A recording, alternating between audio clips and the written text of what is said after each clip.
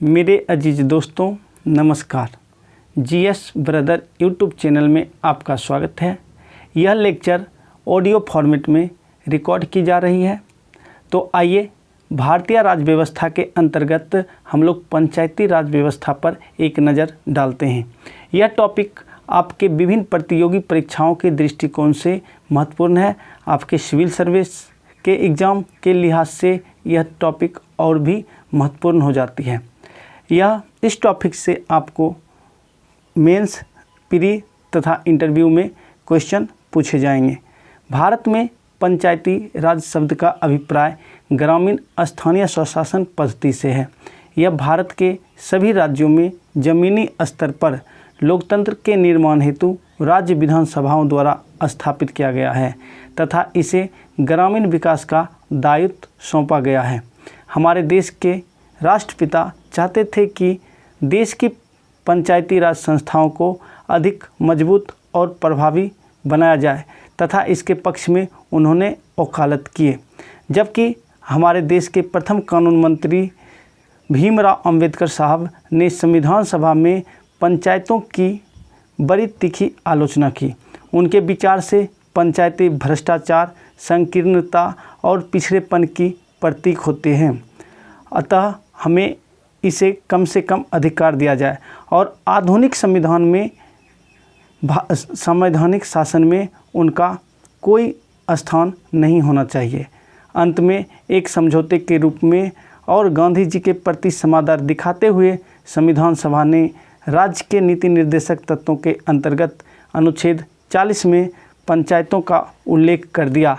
अतः इसे कोई संवैधानिक अधिकार नहीं दिया गया बल्कि सांविधिक अधिकार दिया गया। संवैधानिक अधिकार उसे कहते हैं जो संविधान में निहित हो और सांविधिक निकाय उससे कहा जाता है जो संविधान में उल्लेख है लेकिन उस पर किसी भी प्रकार का कानूनी कार्रवाई नहीं की जाती है।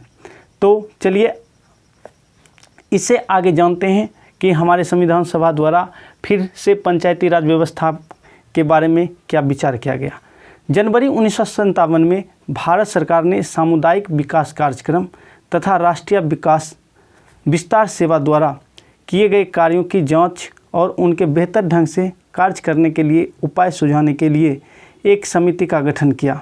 इस समिति के अध्यक्ष बलवंत राय मेहता थे, इसलिए इसे बलवंत राय मेहता समिति कहा गया। इन्होंने लोकतांत्रिक विकेंद्रीकरण की योजना की सिफारिश की जो कि अंतिम रूप से पंचायती राज व्यवस्था के रूप में जाना गया। समिति ने अपनी ओर से निम्नलिखित सिफारिशें की।